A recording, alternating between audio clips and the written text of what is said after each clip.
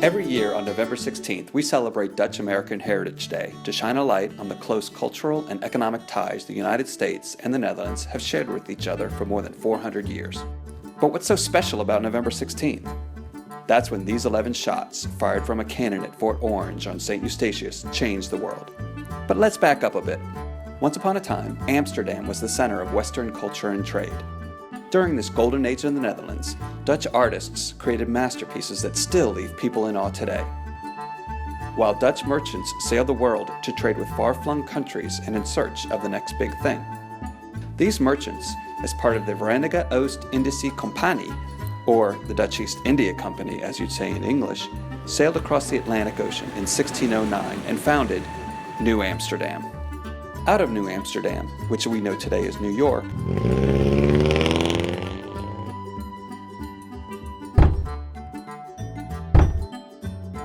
grew the 13 colonies of Great Britain.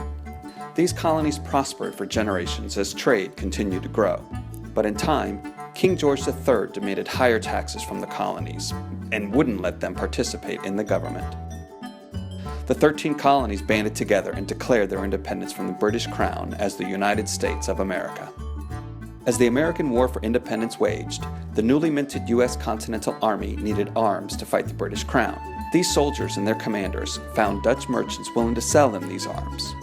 Some of this trade took place on St. Eustatius, an island in the Caribbean that was and remains part of the Dutch kingdom.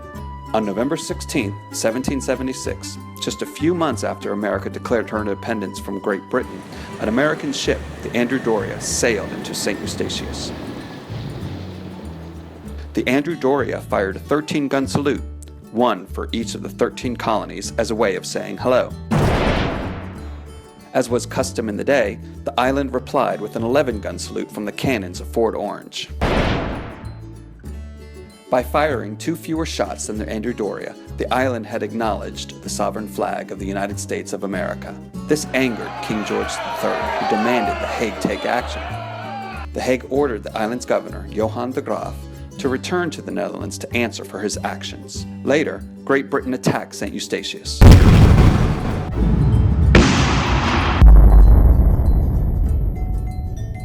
This attack made sure that Dutch merchants could no longer trade with America from the island. But that first salute has gone down in history as the first time a nation acknowledged the United States. And that's why we celebrate Dutch American Heritage Day every year on November 16th.